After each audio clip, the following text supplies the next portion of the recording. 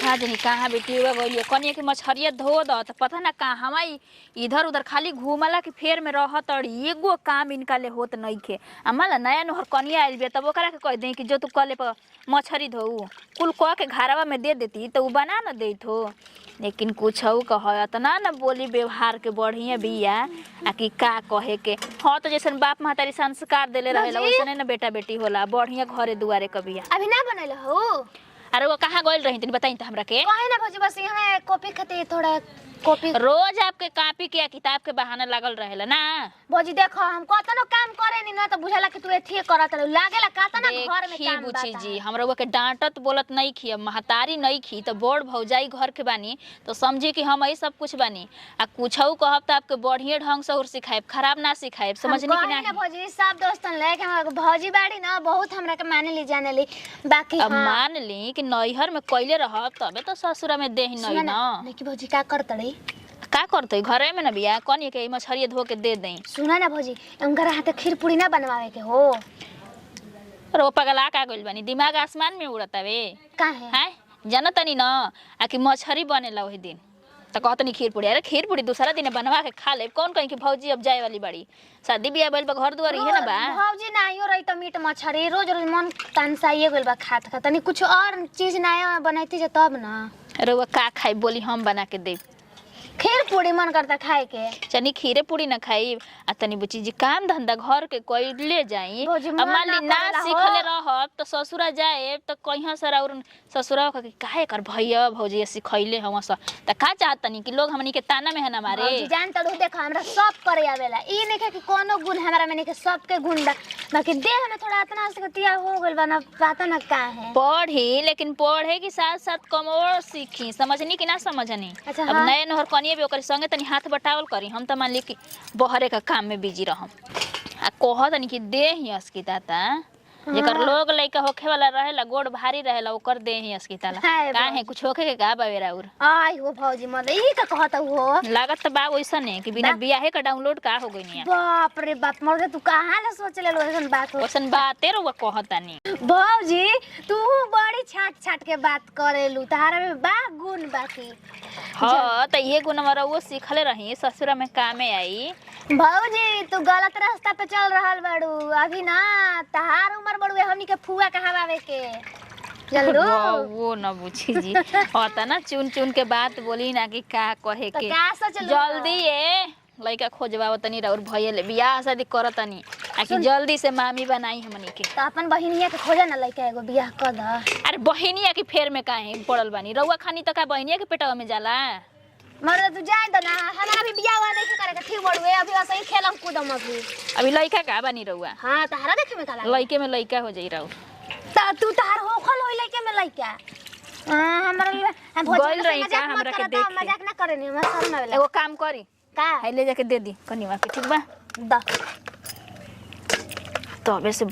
सब कोई बैठ के इंतजार करते एगो तो फुआ जी अलगे मुंह फुलैले बाड़ी कहतड़ी कि हमर जल्दी विदाई करस हमर लेट होता हमर पतो खोजतड़ी स अरे के खलिहार बैठल बावे तार पेट बहुत हाड़ी हो गइल बाटे घर ए देखी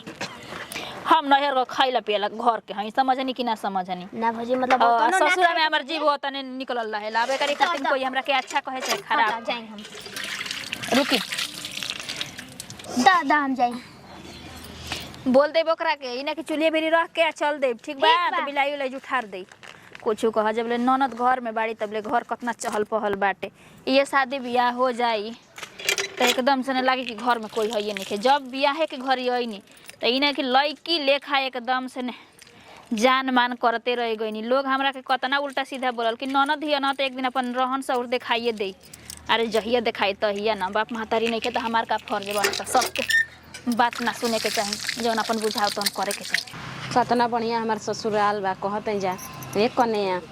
मछरी चावल रोटी बना द पूछे कह इस ससुरा में हमार सास नहीं खी हमार फुए जी हमरा के उतरले बई मगर ई नहीं खे बुझत कि हमार सास ना होनी ऐसने घर दुआर हम सोचत रही कि जाए द सब सपना तो पूर गल मगर ये कहीं दिन उठू लागत कैसे कि सासे नहीं खी तनी से बुझाला कि सबके वो अपन सास के ढील माथ करत आटे कनिया हाँ फौजी और मछरिया धो के लाके दिली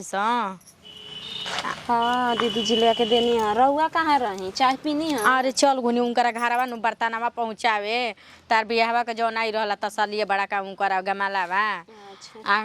कहनी है नु के बड़ा तो मतलब हाड़ी उड़ी तो हम छुआइए देनी तहरा के अपन बढ़िया से रहे के बाटे। अब ऐसा समझिए घर में सास नहीं खे तब केहू के शिकायत के मौका मत दीह। अब एगो ननद बिया ओकरा के बहिन लेखा करे के बाटे। ये सब रहुआ के कबो ना सुने के मिली फुआ जी जननी। एगो रहुआ कहम कि हाँ भलो हमार माई बाप गरीब बावन मगर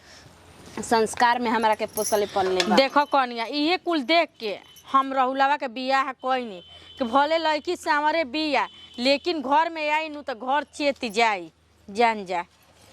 ए फुआ जी हऊ एगो कथी कलर के साड़ी पहनले बाई। हाँ। का त मम्मी जी के नैहर के हई। हाँ कनिया नु उनका सोझा मत होइया ना तो जान तो ऊ अपना गाँव जाके बड़ी शिकायत करेली स हो। कहत रही एगो बात हमरा से। का कहत रही? कहनी कि केहू से कहिया मत। कहिए मत। हाँ। ना ये कनिया कोनो के बात में जब सिखौला में मत रहिए। अगर दूसरा के बात सुनलू तो तार घर फूट जाई। आ जानते बा तारा घर में सास ससुर नहीं के बोले वाला एगो गोतनी बिया। कहनी है ना कि देखा है नथुनी जन मुँह देखाई में हम तारा के देतई। हाँ फुआवा के दिहा मत। हमारा के सास ना हड़ी तार जनलू।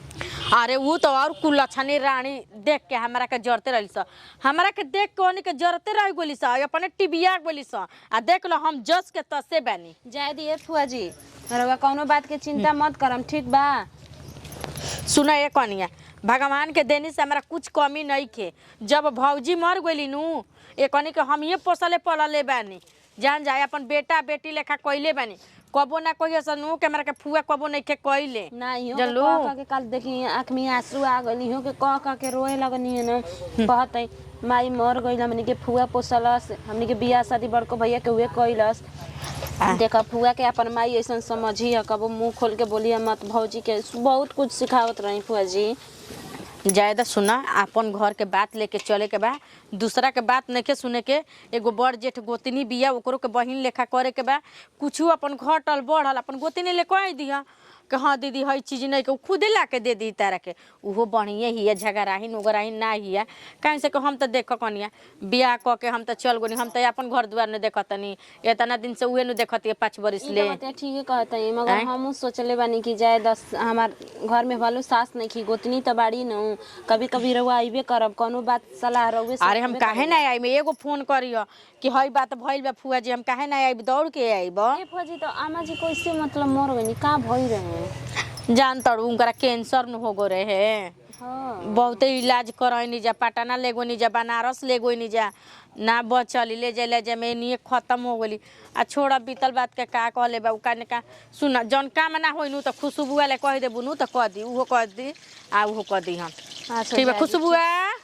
कहाँ भी है हम बता ओकरो के बता देतनी। ठीक बा जाए खुशबू आवा है ने अच्छी कम कम लकड़िया बाटे हो मानू कहाँ ते घूमत अड़े रे सुन हम एजले चल जातनी नु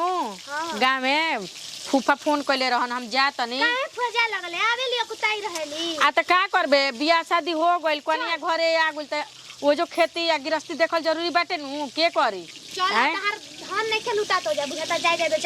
भौजी के बात मानी है आ जौन भौजी कहिन तौन करी है मान तनी को भौजी के तबियते खराब हो गई मान ले के को भौजी के पेटे झरे लागल तो ई भौजी के आराम देवे के जरूरत बा साथ में मिल के आ काम करे के बा। माने कौची के मजाक उड़ावतनी कने मछरी बनैले बा कि ना गाँव में ई बताओ अपन नैहर में बनैले बा नु चल बना द हाल दुकी तारा हाथ से मछरी एबारा खाइए के जाए ठीक बा। तू बताओ ए जे मछली तू बनैले रही कि ना के तू बनौले बानी रे लेकिन मतलब मुना बनैले होई हन कोनो जानल बा पहले हमनी घरे आइल बे त पूछल जरूरी बानू पागल है ई सब मड़ौआ में बहुत गीत आवेला तहारो आ चीज हमरा मछरी दादी तारा त खूब बुझाला एक कनिया सिलाई करेलु नु तू हां ब्लाउज जला सी देबे एकरा के सिलाई सिखइयो आ एकरा के चौका बर्तन करे सिखइयो आ खाना बनावे सिखइयो तबे नु जहां जाई तहां करी बावरी चीज सिखले बई का बारो का बार देबे नी। अरे आईब्रो बनावे अरे ए बरवानी के कहतई रे रे बाप है जब जीव सुखवा देला हई है जब बैठ के सीख बतावा कनिया आ कुछ घटी बड़ी तो बोली है देखो तन उनकर खेता में धनिया जमल हुई तो तन मन लेके आवत तन मछरिया में डाल दी ह ले रे हई धरे मिठाई खा लिए बड़ा ढेर दिन पर महारानी खुश भइली है तो देले हड़ी फुआ जीरो सबके बड़ी मानेनी ना बड़ी लाग रहे नी जा ओकरा संगे मजाक करबू ना तो बुरा ना मानेले तनिको कह दिए बुची जी ऐसे खुशी हंस खोल के परिवार में रहे के चाहिए ए भौजी तू बार का बार हो हई आ ना हई आईब्रो बनवावे नी हई तो मर्दे कह के आईब्रो बनावे नी मर्दे कहतो हम बारे का बारे नी पुरानिया के नान बुची जी बुझाला हमर माई के कहम आईब्रो तो ना ओकरा बुझाई कम के हमें के बारवा का बार दे तो ओकरा बुझाई भौजी डरा गइल हनी हो चलिए हमरा एक मछली छान देते हैं जल्दी जल्दी ले जाके अपन भैया के खिया दी भूल जा छाना बनावा हम जातन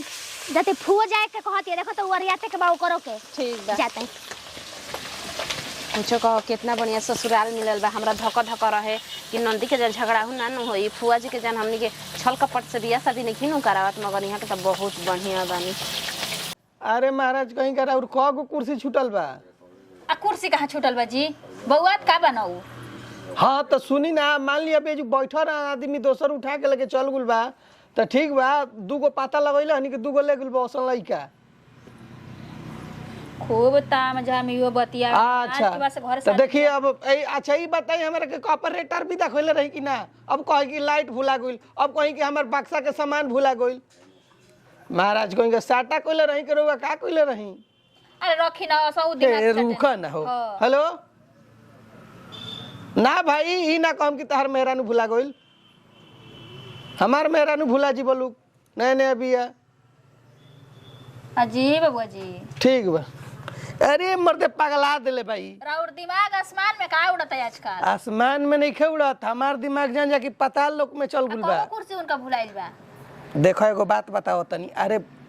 तिलकवा के दिनवा ना देखलू पी खा के कौन हेने कुर्सी ले गुल त कौन होने ले गुल तब के करा के बोले जाई वो गिन के कुर्सी दियाइल बा ठीक बटे हां एगो दूगो एगो तो आप कहत रही कि चबोकन के घरे बाना अरे दूगो लइकावा हुनिया बधरिया में ले जाके साला वही पे पियले खइले बौसन बैठल बौसन त का करबू अब मान ल कि तिलका आइल बू या बोल देबू त कहिया सनु अब टेंशन कुल छोड़ी ठीक बटे टेंशन क के उनौ के टेंशन का देब कनिवा के हई माने कने अभी बात जाई घर के बात बताओ लेकिन कुछ औ कही मेहरारू जा बैठल बा माने कब के तोरा के खोजता मेहरारू के हाथे रह सूट करत खाना पीना ना जी आहो कनिया कजी फुआ जी कनिया नु के त हमर कपड़ा में सरिया द कनिया कि अब हम जा तनी गांव में फूफा फोन कइले रहन अभी नहीं खे जाए के रहुआ के ठीक बा हम फूफा ले बतिया ले जा तो दो चार दस दिन रहियो करी बकरिया बच्चा देवे वाली बिया एमे भैंसियो बिया अरे का हल अइले भल जाए लगले तोरा ई त हमरा बुझाइबे ना करेला रो आउ 5-6 दिन तनी रहबे त का माने दूध पानी घट जाई हां 3 दिन 4 दिन रहले नि कनिया में तेलो पानी घोल दे दे तेल त उ कपार पर धइले बे के चानी पले चुवा ताटे एकदम सुन एगो हमार बात आता ना त हमरो उ ना धरी रे अरे फुआ जी तनी 2-4 दिन औरी रही नैन हर कनिया भी ओकरा हाथे तनी खा पी ले खाए के बात नहीं के हमार बात सुन के कारण से कैसे हमर माई ले ले रहे कतना देले रहे अब मान ले ते रहबे फुआ त बतइबे ना सुन हां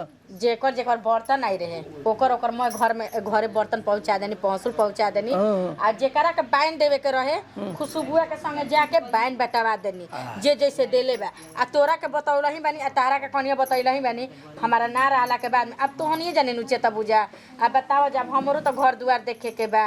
अब हम इजे कब तक ले देखम अब तू एगो बाकी रह बियाह करे के बियाह शादी कर देनी ओमे खुशबुआ तनी 2 साल पढ़ ली ओकरो कहीं देख के निमन घर अरे हम तो तोरा से पहले ही कहत रही कि पहले ओकरे कहते बाद में हमार करिए त तही लगले कहे कि बबुआ पहले एगो घर में कन्या हो जइनु त घर कम से कम देख सही बात बा जी फुआ जी अकेले हम कतना मरती घर ले बहरी ले जाना तो कन्या अभी ओकर उम्र या नु कम बा मान तनी को अभी छोटे उम्र में ओकर बियाह शादी कर दी आ लइका में लइका हो जावे एगो देखत उन कतना चीर फाड़ करत आवसत उससे बढ़िया बाकी समय से ओकर बियाह शादी हुई त तब का कोनो चीज ना उम्र हिसाब से अच्छा लागेला ठीक बटे जल्दी जल्दी अब ताके थोड़ी ना शादी ब्याह करे के बा अरे बढ़िया घर दुआर अच्छा ही हमारा ना बुझाइला कि काहे मझली फुआ भागुल हमरा बुझाइबे ना कोई देख मझली फुआ तोर मुंह फुलौले बिया ये खातिनु कि आई नु त बनारसी साड़ी देब अब तोर माई जियत रही तू देत रही आई उनकरो सोचे के चाहिए विचार ले वो सोचे के चाहिए ई कि चल महतारी नई के भौजाई जियत रहे त करते रहे देते रहे तू सोचबे ना करी हैं ए फुआ जी वहाँ के जाए लगनी है गाँव में गोड़ लगे तो ऐसा झपिला के हमरा के बोल दी ना तो ये सब हम तो चुपके पहले- चाप चल गई घर जाए तो चुपचाप रह जाओ ओकरा बात के बुरा ना माने उ शुरुए के टुबुका आइया जान जा छोड़ ना अब का करबे 10 गो आदमी आई रहन तो सब एक ऐसा थोड़े रहे ओमे केहू केहू कहे कि नीमक कम बा केहू कहे कि नीमक बेसी बा तो केकर बात सुनल जाई फुआ जी तनी यहाँ के समझा दें कि हर हिसाब से रहब कनिया के संगे अभी ना कि रोज लड़ाई अब झगड़ा तू घर में लगल लगा हमारा मुंह पे ये कुल बात ठीक ना। माने ये कुल हम कहे जाइए करे ले अब झगड़ा लग रहा तो समझाइए सकी ना उल्टा थोड़ी ना रहो मुँह कैसे माने रहल जाई लोग के माने बात बात में पिन के सुने ना कैसे रहल जाई कैसे रहल जाई अब देखा तनी बबुआ जी तू तनी हट ना तू जो ना होने भोर में खाना ही के चाहत अपने रहे नु अब खा जा अच्छा हम जात नहीं आ कोने के मछरिया बन जाता नु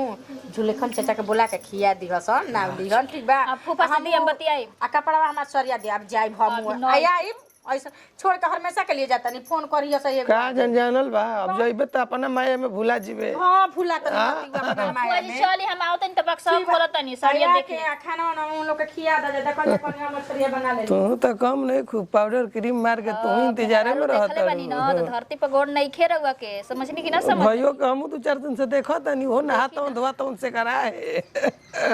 देखिए जा मजाक करी ना ठीक बटे का है तो व्रती का काची के आवाज आवत रही जी घर देखो तनी कि हमारा पलंग से पहले तो अरे पलंग जन टूट जाओ कितना सुंदर सुंदर मछरिया छनाइल बहुत दादा ये नु कहा जाला कि नया आदमी जगह देख के मछरियो जर जाला आज तो हमार बढ़िया ही इज्जत रखले बाटे कहाँ गई जा कभी के मीटिंग बटोरले बन जा कि का कइले बन जा के जाए वाला बा के ना बुझाते नहीं खे मुची जी कहते के तो जात ताटे का हो का जीरो कबे के कहाँ रही अब देखो अब मान लो कि बार बार आई में जाइम तो बुझाता नु हाँ ओमे हित ना तबावन हमरो जान जाके हमरो रहल नहीं जात का इलाज लगता का बियाह करे में रात भर जागे में इलाज ना लगत रहे अरे देखो ये एगो तो बात खखुआई बताओ ना। तनी चुरावे में इलाज ना लगेला खाए में इलाज लगेला ओ हकी कहत ना? हाँ ई काहे अरे जान तलू चुराए में तो आदमी कोसों चुरा ले लोन मगर खाए के बेरी आदमी सोचे लोन कि केहू देखे जान ले बात बुझाता ना देखी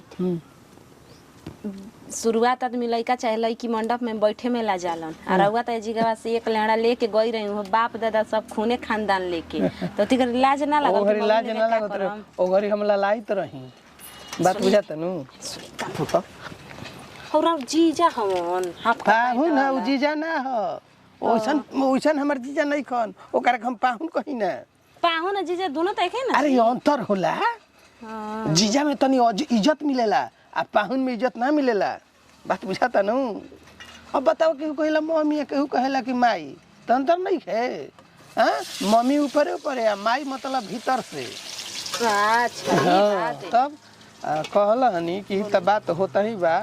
अब सब हित ना त अपन चरम सीमा पे पावन केहू कहता कि बेरा जाइम केहू कहता कि काल जाइम अच्छा का करे के बा तो सुना एगो बात कहले अब तो माई तो नहीं खे कि कहू के लिही दीही एगो बात कहता नी बड़ भौजाई एगो हमार बिया सर सलाह ले लिह माने लबर लबर ना माने माने के कैसे कब जाता नहीं खे जात अच्छा तो वही हिसाब से सब कोई के विदाई कर देगा फुआ लबा लबाइल बिया ज्यादा तो अभी का करे जाते हैं अरे का करबू देखा रुके के तो हमू रोकतानी कि फुआ रुक जो जइए सुमार के जाइए कहते कि ना ये बबुआ हम जाइम नु तो देखो 10 गो काम बउए हमरा के जाए दस नहीं बेरा ज्यादा काम हो गल नु अच्छा जी आ कि चूल्हा भी बैठ गई कंट्रोल ना होत रहे बर्दाश्त से बाहर हो गई बा साला कहीं का मुसवा रहेला चूहवा के थी बिलैया के फेर में आ बिलैया रहेला दहिया के फेर में वे हाल हो गइल बा जहां नहीं जात तहां ही आ जाता का हो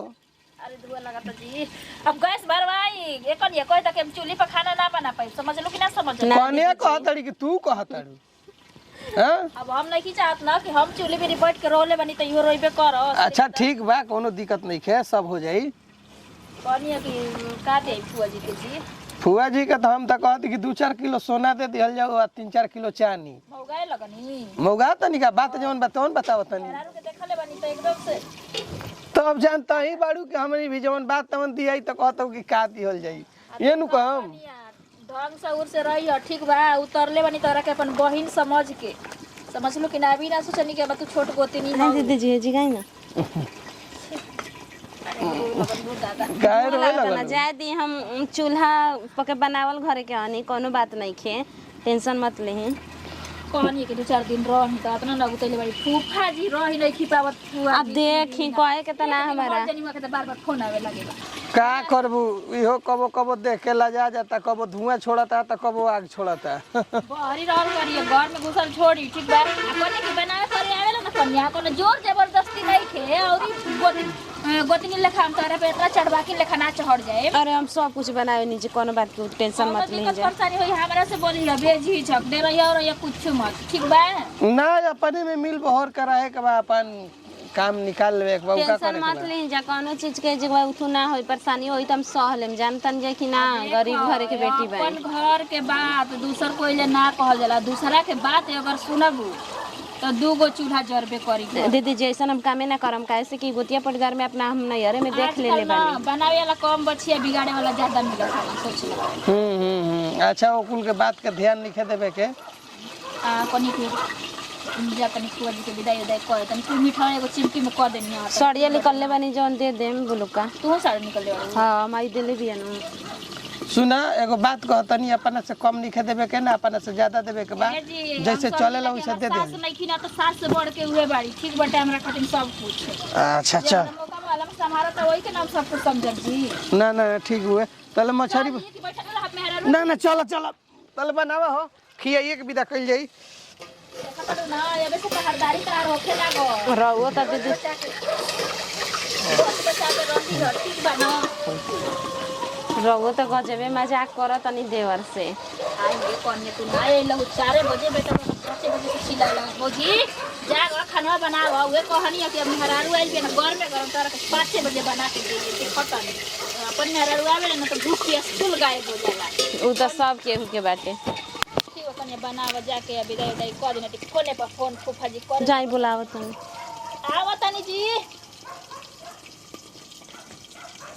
ये दादा यहाँ सब में बतियाए में हमार मछरियो जर गल एक घनी जरियो जाई त उठू कहिन जाके नहीं बनावे आवत का ये भगवान एकदम बढ़िया भइल बा लाल लाल झोरवा लेके आव रे बबुआ का जने का करे लागल बसवो मत चल जाओ अरे बस एगो चल जी तब दूसर की ना अरे पिछिल का बसवा वाला नु बड़ी लेट क के लेके जाले उ गांव में जान जो अगर टेम्पो स्टेशन रोड पे चल गोड़ लागत है तोरा के का होने चौपाईबे ना खेजू के गोड़ ला के मने अरिया दले अरे तो का हो जाई दोबारा गोड़ लागले गोड़ लागे से खिया जाई ना दिन भर गोड़ ला अभी ले माने हम जवाने बानी के लोटा के पानी कुला क के हम बस में एगो चढ़म बात कहतनी जोन गांव घर में चल नु चलावे के पड़ेला बात बुझात ना अच्छा चल सकनिया में का करत है सरे कनियावा अपन हां भौजी फुआ करे हे रहिए का बरवावे खातिर का रे? भौजी से बार अरे त अरे खुश रह फूला फाला अब के लिए आई त नाती हम खिलाई हाँ ठीक बा आ बढ़िया से रही आँख मुँह तोप के अरे ये कौनो चीज भगवान देश बढ़िया से दे हाँ। अच्छा अरे तू तो कहीं मजाक करे लागेल का दिक्कत बचा ए कनिया तो दुख बा हमरा घरे अगर आवेला नु केहू त मुंह तोप लिहल जाला ठीक बा आ कह दियल जाला घर में केहू नहीं खे आ जब बड़की दीदी रहियन त अपन बात करी हनु केहू के सोजा ना उखल जाला बुआ जी घर तो उदास होके जाते बानी अब का कहत अच्छा आइब नु अभी खुशबुआ बियाह करे के बियाह के करी हमरे न करे के बा चला जा जा तू जा घर में हो जाता नहीं हार लिया के नोखी जा डेरा मत ई जिले रोडा पर जाता गाड़ी धरा के चली आई चल हां चल ये घर में देखियो माँ तेरी जा सुने ना अरे चल रे 25-26 बरिस के बाद अरे लड़का होई बस अब छूट जाई चल चल चली आके भर दिन बतियावल करो घरे में हां काहे ना चल सा अरे बाबुआ आ कौन है नु आ तनी हां के एगो लौकवा ले ले त लौकवा कहते सिना लेम लौकवा तनी फर जाई त 2-3 गो लेके आइयो कबो तनी बजका उजका बना के खाए खातिर हां हां तब चल के बस खाता ना खुल जाते सन खाली कौन है नु के बासवा छूट गइल कहां खाली अरे टेम्पुआ देरी से नु छोड़ी रे चल देरी से ना छोड़ी का गाड़ी आ गई यही पे जाई हां चल जाई रे वो बसवा से बुझाल ले करिए पीले ले चल बनू हो ए बैठ ना जाई ना अरे भाड़ा पूछला बिना रे छोड़ दिया एकरा के। आगवा गोला पर भाड़ा ज्यादा मांगे लागेलन जा पानी पियर पियासल बानी हम हट आई हो दादा ई सुधारी है ना पी ले ना तो पियास लग जी तो फिर रास्ता में कहाँ से पियबे अब भी ये तो बात ठीक है कले है बबुआ पी लेने खुश रह जा दोबारा गोड़ लगत है हाँ हम फुआ गोड़ लागत नहीं और दोबारा गोल आते तो तोरू तो दुल्हा बढ़िया मिली नौकरी लागो ले आई मैं बेटी। बिहार पुलिस के फार्म भर ले तेहू भर फार्म भरवाओ जा करे ले दिन रात मेहनत करवाओ जाइए ना कि खाली बर्तन है चौका माजा में रह जाए फूफा जी से फोन करवा दे कि बढ़िया से वो पहुंच गई। ठीक बा हम जाइए फोन कर देम घबरा जे जान ठीक बा बढ़िया से रहिए रहू लबा मेहरारू के ध्यान रखिए मेहरारू के नहीं नहीं ध्यान मेहरारू एल झगड़ा लड़ाई मत करना तो भाग जाई छोड़ के ना तू बियाह ना होई थी ठीक बा छोड़वावे के भागे का आशीर्वाद देता है इसकी तू का करते हमर अरे उहे कनी है